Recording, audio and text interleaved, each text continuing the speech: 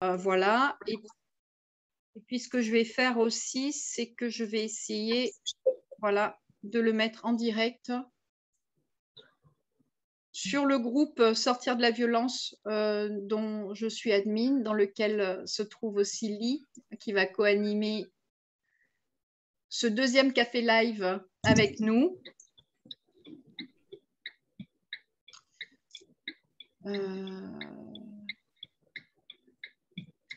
Non, je ne vais pas faire l'enregistrement en direct parce que là, c'est trop compliqué pour moi. Ok, on peut commencer, Lee.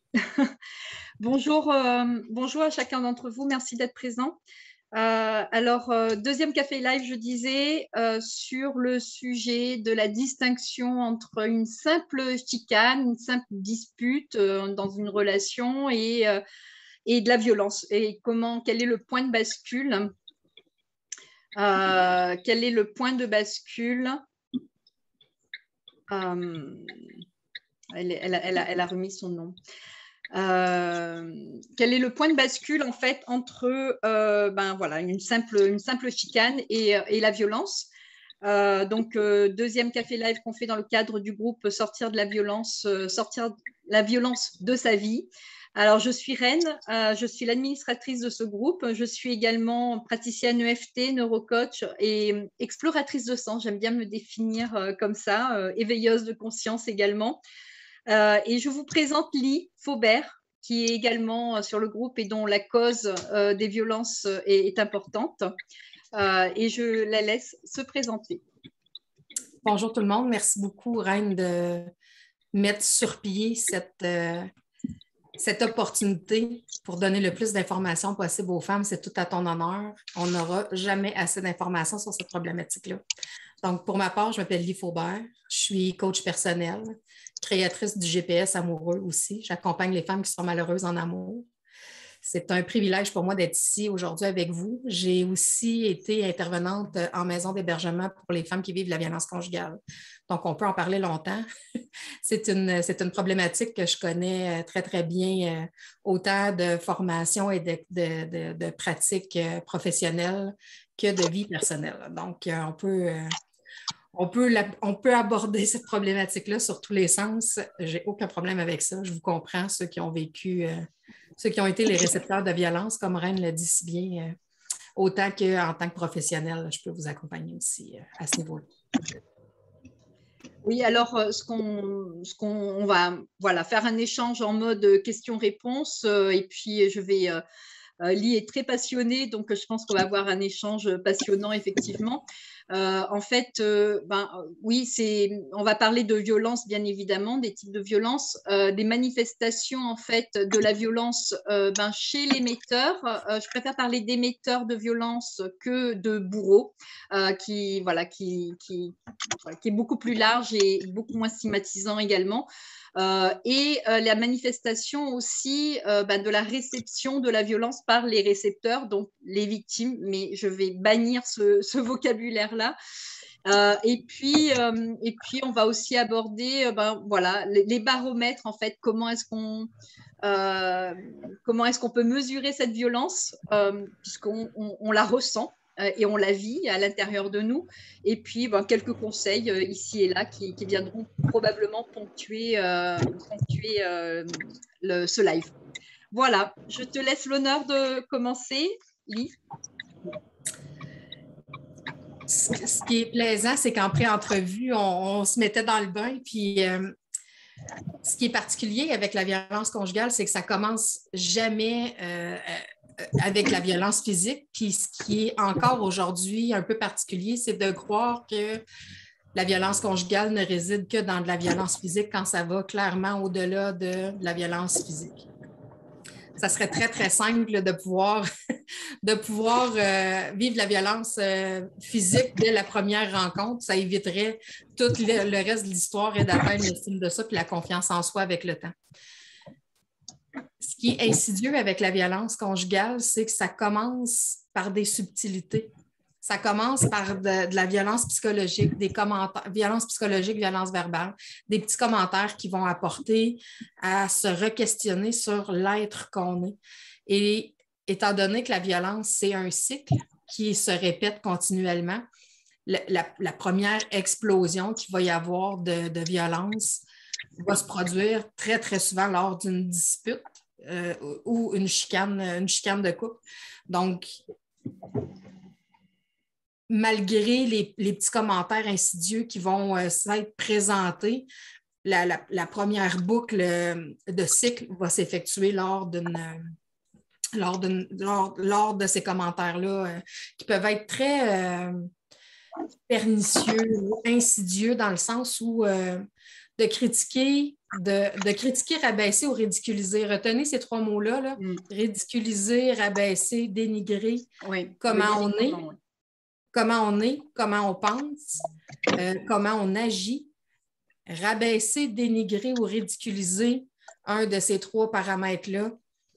Avec une manifestation chez l'émetteur d'un sentiment de supériorité aussi.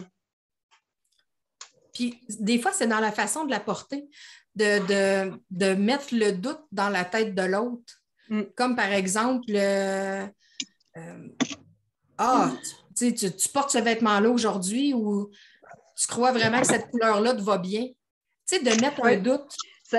Ça me rappelle une petite expérience que j'ai eue après la séparation, donc avec un émetteur de violence psychologique.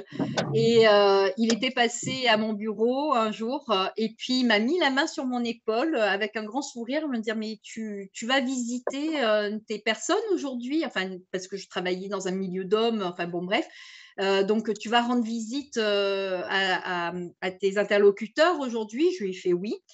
Et c'était la première fois, en fait, depuis ma séparation, que je m'habillais avec un petit haut, décolleté, une petite jupe, où j'avais osé retrouver cette féminité qui l'avait mis à mal, en fait, pendant notre vie commune.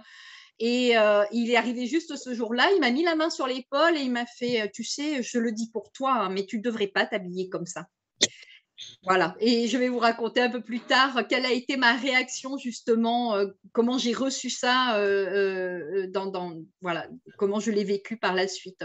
Je te laisse continuer, Ly. C'est ça qui est particulier aussi avec des commentaires comme ça, c'est que dépendamment dans quel état d'esprit on est cette journée-là, ça peut nous atteindre, ça peut nous glisser comme sur le dos d'un canard aussi, mais si on est plus vulnérable cette journée-là, plus fatigué, plus de stress, plus de pression, il y a des commentaires qui peuvent arriver à un certain moment où ils vont nous toucher profondément, ils vont venir éveiller quelque chose qui était déjà à l'intérieur de soi et ça va atteindre notre estime de soi ou notre confiance en soi. Exactement. C'est là que ça devient hyper insidieux parce qu'avec le temps, à force d'atteindre ces deux volets-là d'estime de soi et de confiance en soi, ça fait en sorte qu'on s'isole à l'intérieur de soi, à se remettre en question, à se demander qu'est-ce qu'on fait de bien, qu'est-ce qu'on fait de pas bien. Puis on prend la responsabilité de ces commentaires-là qui, dans le fond, on n'est pas responsable. On n'est jamais responsable de comment les gens nous traitent ou comment les gens nous parlent. On est seulement responsable de notre guérison et de mettre nos limites, dans le fond, de faire respecter nos limites aussi simple que ce soit.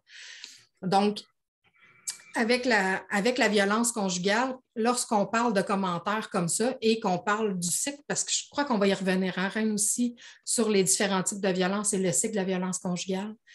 Donc, quand vient le temps de faire la distinction entre une chicane ou une dispute de couple versus la violence conjugale, où est le point de bascule? C'est lorsque le sujet de la dispute est réorienté et que ça devient une attaque directe. Je peux vous donner 2 exemples très, très concrets du même scénario avec, dans le deuxième scénario, le point de bascule où ça va se diriger vers de la violence conjugale. Je vais nous prendre, moi et toi, Reine, en exemple.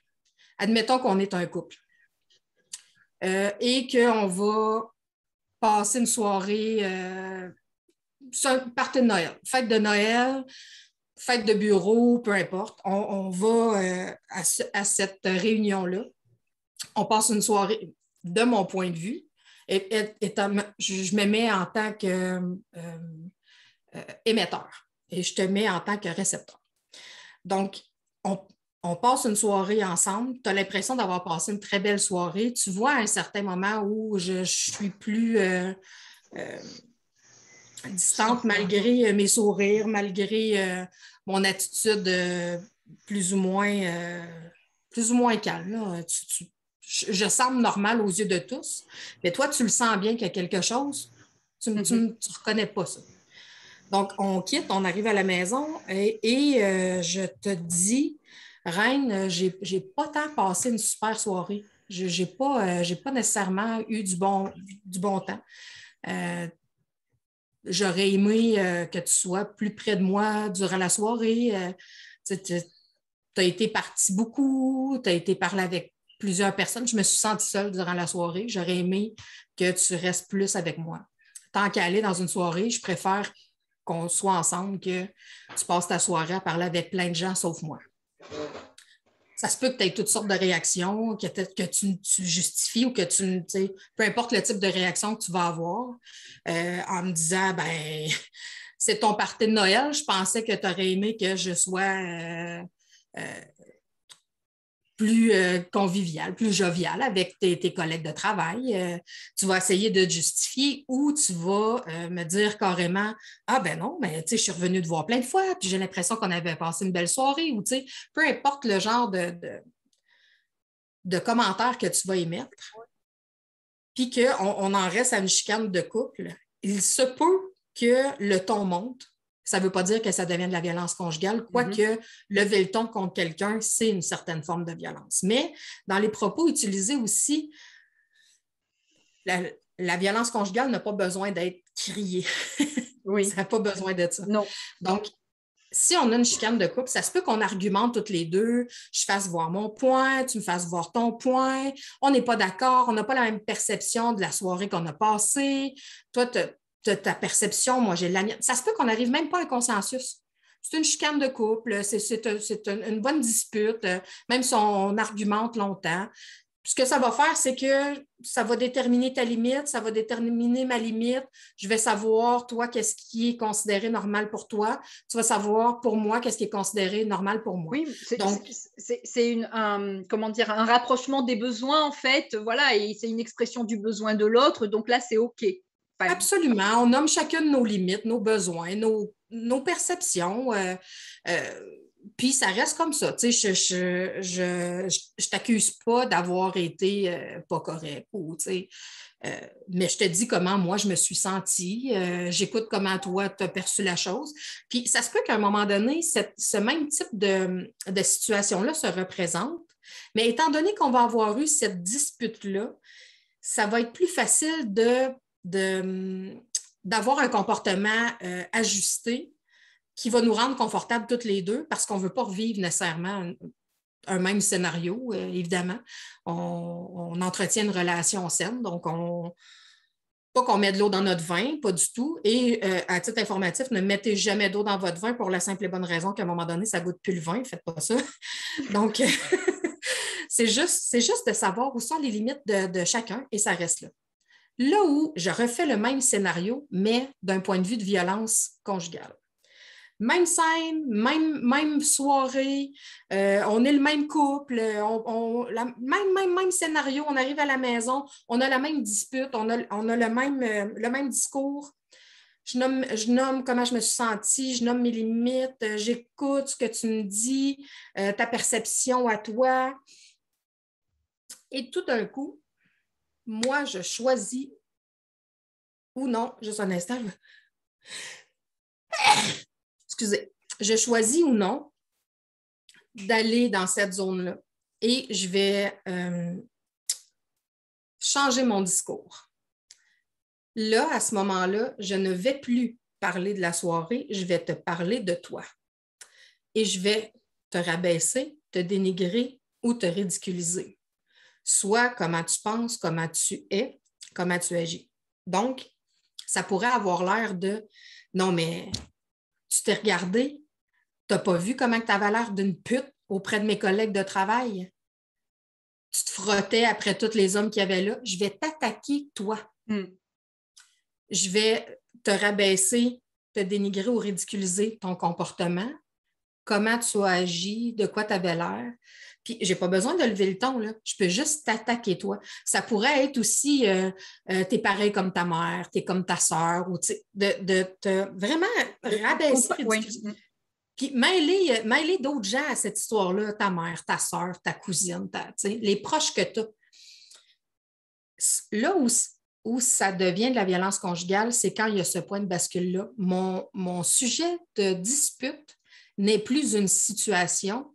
Et là, le sujet de dispute est dirigé contre toi. Donc, je n'essaye plus d'avoir ou de défendre un point. Je n'essaye plus de gagner du pouvoir ou de défendre mon point de vue sur la situation. Je vais prendre du pouvoir sur toi en te rabaissant, te ridiculisant ou te dénigrant, soit comment tu penses, comment tu agis ou comment tu es, de quoi tu as l'air, des caractéristiques à toi. Je pourrais parler de tes yeux, parler de tes cheveux, parler de tes vêtements. Oui, c'est ça, avec une volonté plus forte de culpabiliser. Oui, là, je t'attaque toi. Je t'attaque toi. Avec peut-être aussi des menaces pour dire mais oui, mais attends, si tu continues à te comporter comme ça, je vais faire ceci ou je vais faire cela. Voilà, en disant mais c'est normal que je réagisse comme ça, donc en minimisant aussi son attaque et sa violence. Et puis en manifestant aussi une jalousie qui est excessive. Donc là, ce sont toutes les manifestations en fait de l'émetteur de violence qui, du coup, le récepteur, lui, il va se sentir perdu parce qu'il va culpabiliser, il va se remettre en question. Et puis, oui, ça va agir sur la perte de confiance, la perte d'estime. Et à une prochaine soirée, à un prochain événement, elle va marcher sur les œufs parce qu'elle va dire bon, il ne faut pas que je fasse ceci parce que sinon je vais encore attiser la colère de mon conjoint.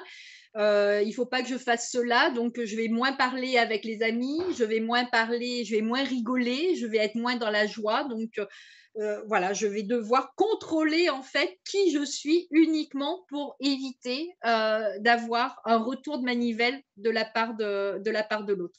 Et c'est là effectivement où il y a ce point de bascule et où c'est inconfortable pour celui qui reçoit de la violence puisque véritablement avoir l'impression de marcher sur des œufs en fait et pour éviter de les casser. Et quoi qu'il fasse, puisqu'il va y avoir une répétition aussi de ce type d'événement. Et quoi qu'il fasse, en fait, il sera toujours mis à mal par l'autre personne. Absolument. Absolument. Puis, tu le nommes très bien, marcher sur des œufs. C'est comme si, dans un cycle de violence conjugale, quand on est dans une relation de violence conjugale, il y a l'hypervigilance du récepteur qui dépendamment des situations, mais ça, là, instantanément, ça, sur le baromètre de l'hypervigilance, il y a quelque chose qui se produit à ce moment-là. L'aiguille monte là, sur l'échelle de l'hypervigilance, puis effectivement, marcher sur des œufs, tout devient laborieux. Tu prévois, tu anticipes, tu fais des spéculations, tu tentes de trouver tout de suite quelque chose à répondre pour justifier toujours. Dans les conséquences de ça, dans les répercussions de ça, quand on justifie tout le temps ce qu'on dit, ce qu'on fait, ce qu'on pense, c'est des très, très bons signes que ce qu'on vit, c'est pas sain. Quand on a toujours l'impression qu'on doit justifier, quand on a toujours l'impression qu'on en fait trop ou qu'on n'en fait pas assez, c'est des signes aussi qu'on est dans une relation très, très malsaine, très toxique pour soi, là. Ça atteint directement l'estime de soi, la confiance en soi.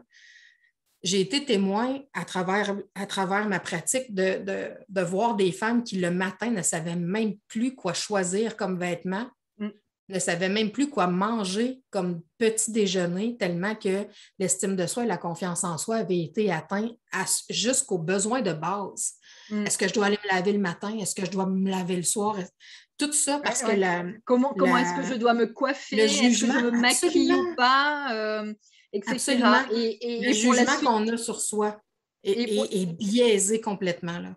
Et pour la suite de ma petite histoire, et là encore, c'était une violence que j'ai reçue après l'avoir quitté, parce que bon, voilà, on s'était revus par la suite. Mais effectivement, oui, l'estime personnelle touchée, la féminité touchée également. Voilà, quand on vient nous attaquer sur la façon dont on est habillé, la façon dont on parle ou qu'on rigole avec le sexe masculin, etc. Et donc, très clairement, moi, ça m'avait atteint à ce niveau-là. Et cette fois-là, quand il m'avait fait cette remarque avec la main sur son épaule et tout en sourire, en me disant que c'était pour mon bien, en fait, qui me disait que finalement, j'étais trop sexy à son goût pour aller voir d'autres hommes, alors que, bon, bref, donc il continuait à avoir ce pouvoir-là sur moi. Et bien, en fait, de rage, je suis rentrée chez moi, je me suis déshabillée de rage, je me suis mis un pantalon et un vêtement plus couvrant au-dessus. Et je lui ai donné ce pouvoir-là, en fait, finalement, sur moi. Et c'est ça, en fait, qui est aussi un indicateur, en fait, que ce que l'on vit est toxique. C'est que quand on est prêt à changer, en fait, tout naturellement quelque chose qui nous semblait naturel de faire, de dire ou qu'on le change, mais qu'on le change dans la contrainte, dans la colère finalement, parce que ça nous a blessés. Quand on reçoit une parole, une violence psychologique, en fait, ouais, on est toujours blessé et c'est voilà, c'est là aussi un indicateur en fait pour moi qui est très important. Je trouve que dans ce que tu as nommé, il y a quelque chose qui est hyper intéressant qu'il ne faut pas laisser à la légère. Quand un émetteur tente de te faire croire qu'il sait mieux que toi ce qui est bon pour toi, c'est un autre signe que c'est une relation toxique. Il n'y a personne de mieux que toi-même pour savoir ce qui est sain pour toi. C'est ça. Parce qu'il n'y a que toi qui connais ton histoire, ton vécu, tes besoins et tes objectifs de vie. Personne d'autre que toi sait mieux que toi-même ce qui est bon et sain pour toi. Donc, c'est ça, mais comme tu le disais tout à l'heure, puisque quand ça s'installe, cette violence psychologique, c'est une répétition, c'est insidieux, ça part d'une toute petite chose et puis ça monte en fait dans l'échelle des remarques qui deviennent de plus en plus violentes. Et c'est vrai que ça semble tellement évident pour nous aujourd'hui de dire que tu dois te faire confiance et tu dois. Mais quand on est dans ce cycle, en fait, bah oui, c'est comme tu disais, on ne sait même plus quoi manger le matin, comment s'habiller, est-ce qu'il faut se maquiller, est-ce qu'il faut, voilà, comment il faut parler aux autres, comment il faut parler au sexe opposé, enfin, on est complètement enfermé en fait finalement, et cette confiance-là, on la perd totalement.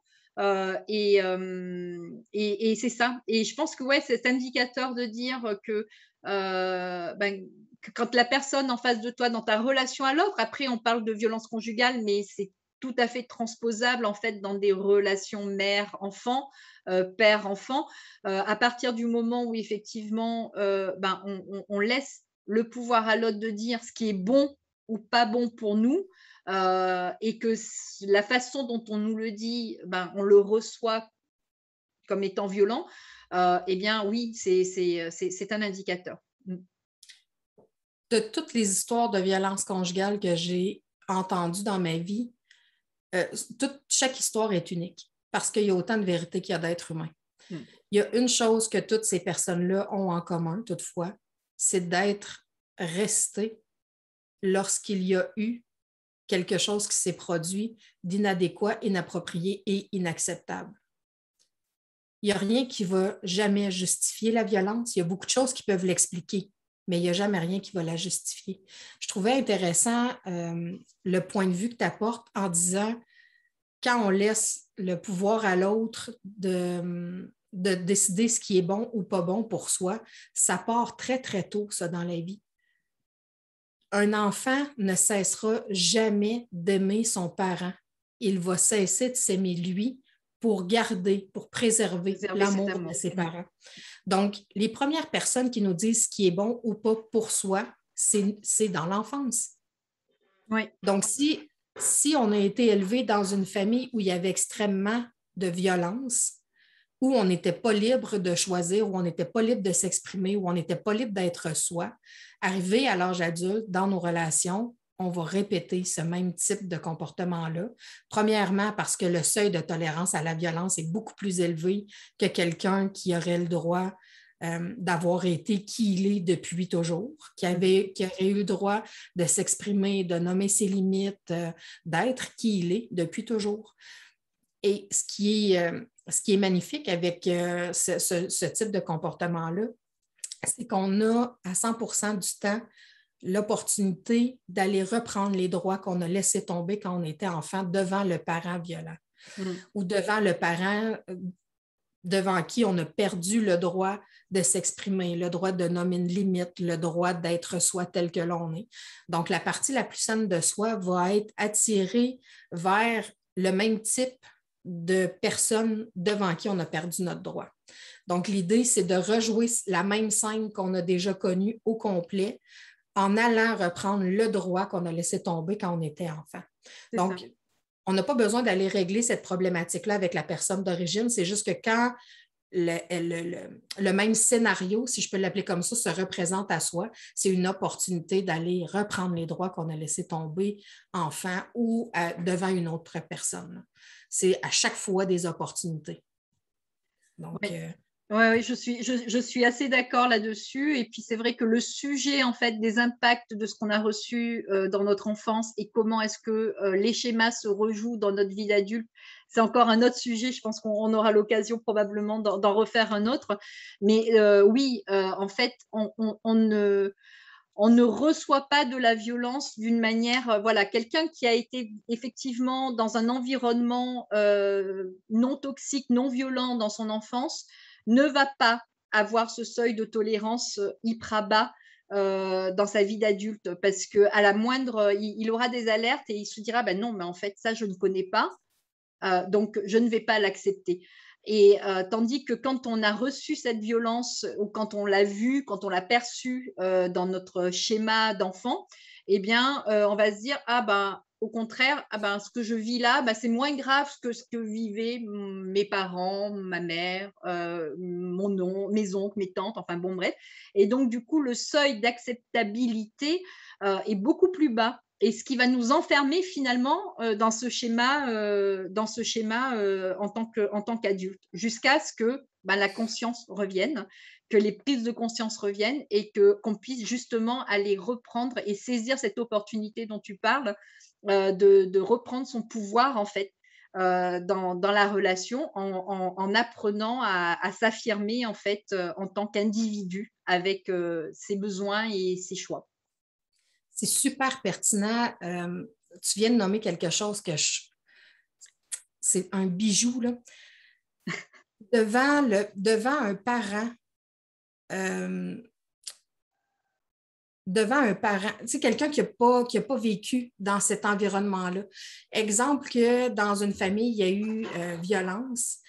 En tant qu'enfant, on se met une limite qu'on ne franchira pas, nous, dans notre vie, parce qu'on trouve que ce que le récepteur vit est inapproprié, inadéquat et inacceptable. Donc, on se met une limite à soi mentale où nous, on ne vivra jamais ça. Donc, arriver dans nos propres relations, ce qui va se produire, c'est que si on revit le même scénario, dès que cette limite-là va être franchie, on va quitter. Mais tout ce qui peut se produire avant d'atteindre cette limite-là, c'est totalement, ça peut être hyper destructeur. Là. C'est totalement mon vécu, parce qu'effectivement, moi, j'ai eu dans mon enfance de la violence physique qui s'est manifestée dans ce que j'ai perçu, dans ce que j'ai vu en tant qu'enfant. Et effectivement, à la première gifle, j'aurais été capable de partir parce que c'était ma limite. Sauf que je ne l'ai jamais eu, cette gifle, puisque je n'ai pas été touchée par… voilà. Sauf que derrière, il y avait d'autres formes de violence qui se sont manifestées, donc de la violence verbale, de la violence psychologique, qui pour moi, la dernière était encore plus pernicieuse, donc beaucoup moins détectable encore, puisque c'était pour mon bien, il faut se le rappeler. Donc, voilà. Et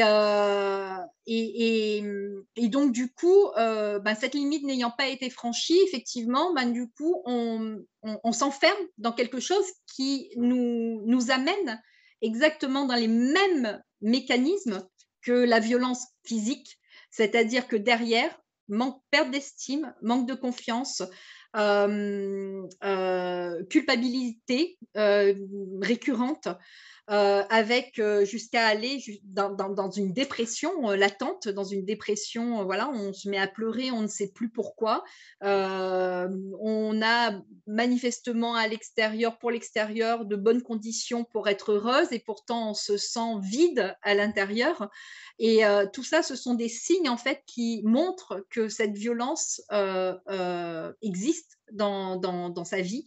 Moi, ce que je voulais évoquer ici, c'est le baromètre, en fait. Notre corps est un magnifique baromètre. À partir du moment où on se sent contracté d'une manière répétée, soit au niveau du cœur, au niveau du ventre, qu'on se sent figé dans nos mouvements par rapport à ce qu'on reçoit de l'extérieur, la répétition, tout ça, ce sont vraiment des signes où ouais, où la relation, elle est toxique, où la violence, elle est présente et où l'anormal et l'inacceptable, finalement, font partie de notre vie, même quand on n'a pas été battu physiquement.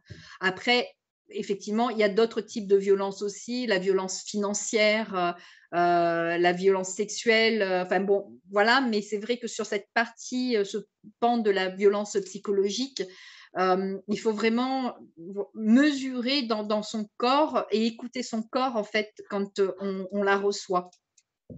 Ce qui est vraiment particulier avec la violence aussi, c'est que la violence physique laisse des marques indélébiles qu'on voit à l'œil si on se regarde, si on regarde dans un miroir, on voit les marques, les traces laissées par de la violence physique.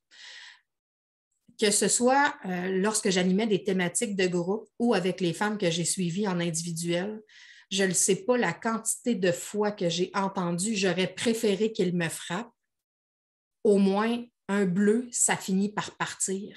Tandis que la violence psychologique, les blessures psychologiques, les blessures émotionnelles, les blessures sexuelles, les blessures spirituelles, toutes ces blessures-là qui sont laissées, elles ne se voient pas à l'œil. Elles se ressentent, elles se vibrent, mais elles ne se voient pas à l'œil. La quantité de fois, Reine, que j'ai entendu, j'aurais préféré avoir des coups, au moins, à un moment donné, ça aurait cessé, ça aurait disparu. Tandis que les blessures qui sont à l'intérieur, étant donné qu'on ne les voit pas, c'est là aussi que ça devient particulier, la culpabilité, de se remettre en doute, de se remettre en question, de penser que c'est peut-être nous qu'on exagère un peu dans la perception, qu'on a vu les choses, ou avec le temps aussi, l'autre va arriver à nous faire croire qu'on est responsable de ce qu'on a vécu. Ça me fait rebondir sur un sentiment qui est très présent, justement. Moi, je le vois aussi avec les personnes que j'accompagne. C'est ce sentiment, en fait, finalement, où on n'est pas cru quand on décide de cesser cette relation, et justement du fait que ça ne se voit pas, puisqu'il peut y avoir une apparence belle à l'extérieur, hein, un couple idéal, avec des relations aux enfants au top, etc., quand il y a du monde. Et quand on essaie, quand ces récepteurs, ces réceptrices ou ces récepteurs de violence essaient d'expliquer les raisons pour lesquelles c'était plus possible de rester avec cette personne, eh bien, il y a une incompréhension et donc du jugement qui peut venir de l'extérieur. Donc moi, ce que j'ai l'habitude de dire, c'est faites-vous confiance. Faites-vous confiance. Vous savez ce que vous avez vécu, vous savez ce que vous avez ressenti. N'attendez pas de validation de l'extérieur. Là aussi où c'est insidieux, la violence, c'est que l'émetteur va arriver à isoler complètement le récepteur. Va l'isoler de ses proches. Puis ça va commencer, c'est comme si le cercle est grand et avec le temps, va faire tomber chaque personne de l'environnement du récepteur. Même quitte à faire en sorte que cette personne-là ne travaillera plus. Oui, oui. Donc, de l'isoler complètement de tous ses proches, de tous ses points de repère extérieurs, Exactement. va Et atteindre encore plus l'estime de soi puis la confiance en soi parce que c'est comme s'il n'y a plus de porte de sortie possible et la personne peut même aussi arriver à faire croire que sans l'émetteur, il l'autre n'est ne rien. saura plus rien. Mm. Exactement. Et il y a un autre type de violence que je trouve assez insidieux et super violent, c'est justement ce schéma du rejet que l'émetteur va euh, activer chez le récepteur, c'est-à-dire qu'il va l'ignorer complètement pendant 1, 2, 3, 5, 10 jours, en mode punition. Puisque tu n'as pas été comme je le voulais, eh bien, tu n'existes plus, je t'ignore complètement. Donc, c'est vraiment un schéma où on est dans un rapport parent-enfant en analyse transactionnelle et qui n'est pas une relation d'adulte à adulte. Mais en tous les cas, c'est une réelle souffrance en fait pour la personne qui est rejetée comme ça, parce qu'à un moment donné, même si elle n'a pas tort dans les actions qu'elle a mis en place pour expliquer cette ignorance, eh bien, elle finira toujours par retourner vers l'émetteur pour lui dire bon bah c'est bon, ça suffit, d'accord, bon bah finalement oui, j'ai peut-être eu tort, et du coup voilà, et ça permet en fait de rentrer dans ce cycle d'une manière insidieuse. Et cette ignorance-là, en fait, moi j'ai mis enfin voilà, les personnes que je rencontre mettent beaucoup de temps à comprendre que c'est aussi une forme de violence. C'est extrêmement violent. Il n'y a rien de pire que le silence parce que ça laisse trop place à l'imagination. Et il n'y a pas pire que soi-même pour se torturer soi-même. On atteint des sommets de critique envers soi par souci de performance, par souci la pression sociale. Il y a beaucoup, beaucoup de facteurs qui rentrent en ligne de compte, mais il n'y a pas pire que soi-même par rapport à soi-même. Souvent, on va se traiter de façon où on ne traiterait jamais personne d'autre de cette façon-là. Mm. Mm. Évidemment, avec le temps, on s'assagit, on comprend que c'est malsain pour soi, puis on cesse ce comportement-là, mais il n'y a pas plus sévère juge que soi-même sur soi-même. Donc, pour poursuivre avec ce que tu disais, c'est exactement ça. Le silence, c'est extrêmement violent parce que ça laisse trop place à l'imagination. Puis il y a une différence. Il ne faut pas confondre qu'une personne prend du recul pour éviter de parler sous l'impulsion du moment, pour éviter que les paroles dépassent la pensée. On n'est pas là du tout. Là. On est dans un silence manipulateur. On est dans un silence de contrôle. Exactement. Puis, tu sais, C'est deux choses ça complètement m'amène différentes. Mm. absolument, tu sais, ça m'amène à penser à, je ne sais pas pourquoi je pensais ça, mais je vais quand même le nommer. Quand on parle de violence sexuelle à travers le couple, la privation de sexe sous différents prétextes en est une aussi. Ce n'est pas que obliger l'autre à avoir des rapports sexuels avec des gens, avec des animaux, avec des objets ou avoir des pratiques qui ne sont pas désirées. Là. Ça va au-delà de ça parce que la privation de sexe peut aussi faire partie de ça. J'ai entendu des histoires où les femmes me disaient que parce que j'avais eu d'autres partenaires sexuels, j'étais une traînée et ils ne voulaient pas avoir de relations sexuelles avec moi. La femme est rendue à 60 ans. Est-ce qu'elle a eu d'autres partenaires? J'espère. Ouais, ouais, J'espère non, bien. mais c'est ça, ouais. C'est ça. Ça, Alors, on a, ça devient une autre monnaie de rabaisser, dénigrer ou ridiculiser puis de prendre du pouvoir sur l'autre personne. il y a eu une réaction quand on parlait de cette violence qu'on pouvait recevoir d'un parent, effectivement, où il y a quelqu'un parmi nous qui nous dit ben, voilà, que mes enfants cherchent un maximum de reconnaissance avec leur père en se modélisant à ce qu'il veut quand ils sont avec lui. Et ben, de retour avec l'autre parent, et ben, c'est la même chose en fait. Donc il y a vraiment ce schéma-là qui se joue en fait entre ben, les parents séparés d'enfants qui ont enregistré ben, ce schéma de besoin de reconnaissance et de besoin de reconnaissance de l'autre parent. En fait, si je peux nommer quelque chose pour cette personne-là, d'arriver à installer à l'intérieur de tes enfants qu'elles ont un jugement adéquat pour elles.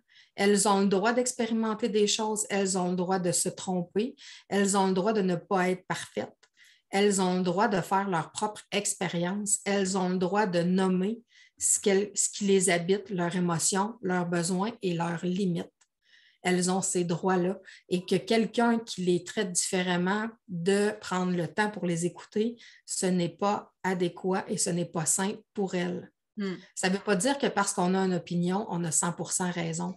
Mais est-ce qu'on a le droit de le nommer? Absolument. On n'a pas besoin de convaincre les gens qu'on a absolument raison. Toutefois, on a le droit d'exprimer comment on se sent.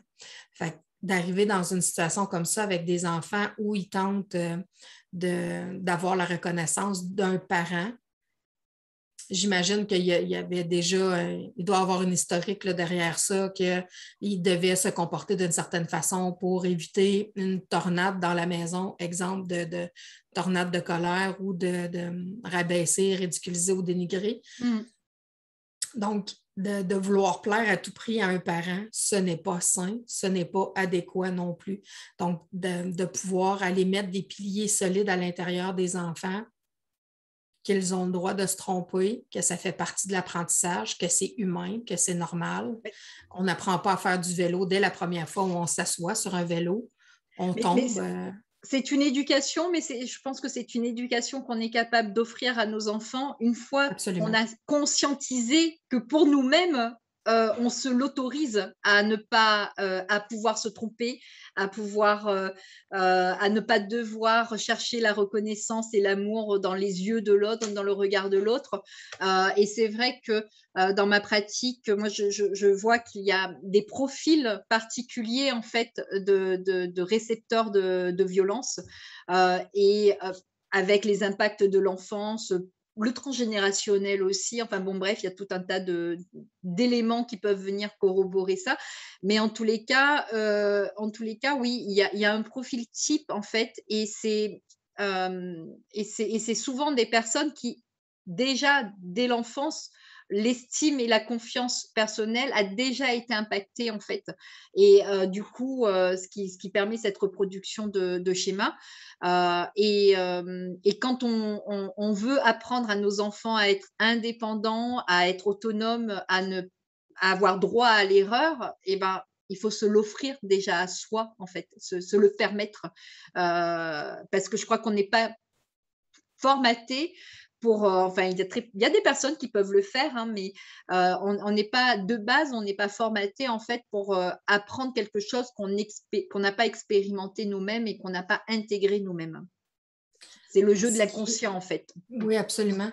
Ce qui est un peu triste dans ce qui est perçu d'un niveau social, on parle beaucoup, beaucoup du développement de l'enfant, mais on n'entend pas nécessairement beaucoup parler du développement de l'adulte. Comme si, rendu à l'âge majeur, on savait tout, on connaissait tout, on avait tout expérimenté. On le sait bien là, que ce n'est pas comme ça que ça fonctionne, là. Puis parce qu'on est adulte, c'est comme s'il vient une pression de ne pas savoir les choses. Mais on n'a pas appris à marcher en venant au monde, là. Il y a eu des étapes à ça. On a rampé, on a marché à quatre pattes, on s'est tenu après des objets pour avancer, on a été debout, on a expérimenté l'équilibre, le ballon du corps. On a fait quelques pas, on a tombé combien de fois avant de savoir marcher? Exactement. Donc, encore moins être capable de faire du vélo ou faire du patin à roues alignées, là. C'est ça. C'est vraiment, si on va pas tarder à finir puisque ça fait presque 1 heure qu'on échange. Donc je vais arrêter l'enregistrement, et puis les personnes qui sont là, si elles veulent échanger avec nous, on a encore un petit temps. Mais simplement, je voulais rebondir sur quelque chose, c'est qu'on a droit à l'erreur, nous aussi, donc il faut s'autoriser, il faut être indulgent envers soi, c'est-à-dire que c'est pas parce qu'on a connu à maintes reprises des échecs et des schémas de violence que ça veut dire qu'on y aura droit toute la vie. parce que tout ça peut être modifié. Et c'est aussi de dire à toutes les personnes qui peuvent nous écouter, c'est que finalement, tout est modifiable. À partir du moment où on s'autorise ce chemin d'aller vers soi et de comprendre comment est-ce qu'on a fonctionné jusqu'à maintenant, eh bien, une fois que la prise de conscience, elle est faite, le changement arrive derrière. Et voilà. Il y a une connaissance qui m'avait beaucoup soulagée au moment où je l'ai acquise. C'est que, bon, je vous parlais de profil tout à l'heure et de profil de récepteur et d'émetteur aussi, mais bon, bref. Donc, c'est une histoire de neurotransmetteurs, de fonctionnement interne donc, du cerveau. Et l'information qu'on m'avait donnée à l'époque, qui m'a libérée complètement, c'est qu'en fait, il y a 85% de notre génétique que l'on peut modifier. C'est-à-dire que si aujourd'hui, on se trouve dans une perte de confiance, perte d'estime, une phase de dépression, on ne comprend pas comment est-ce qu'on réagit, comment est-ce qu'on fonctionne, comment est-ce qu'on interagit avec les autres, avec nos enfants, avec notre entourage, avec les conjoints successifs ou pas, enfin bon, bref, eh bien tout ça, c'est complètement modifiable puisqu'on a un cerveau qui est juste extraordinaire, qui est complètement malléable. Et à partir du moment où on le rééduque d'une autre façon, qu'on lui donne d'autres cheminements, d'autres façons de fonctionner, de comprendre, et qu'on lui donne d'autres connaissances, on peut changer les choses. Voilà. On n'est pas coupable de nos Non, blessures. non. On est responsable de notre guérison toutefois. C'est ça, c'est ça. Merci pour ce mot de la fin parce que il n'y a pas de culpabilité à avoir connu de la violence pendant X années, mais par contre, effectivement, il est de notre responsabilité de se dire, OK, là, c'est stop, je veux faire autrement et je veux agir autrement et ça, c'est possible. Voilà. Absolument. Merci pour votre écoute. N'hésitez pas à laisser des commentaires sous la vidéo lorsqu'elle sera en ligne. Et je vais arrêter l'enregistrement pour permettre aux personnes présentes en direct d'interagir avec nous.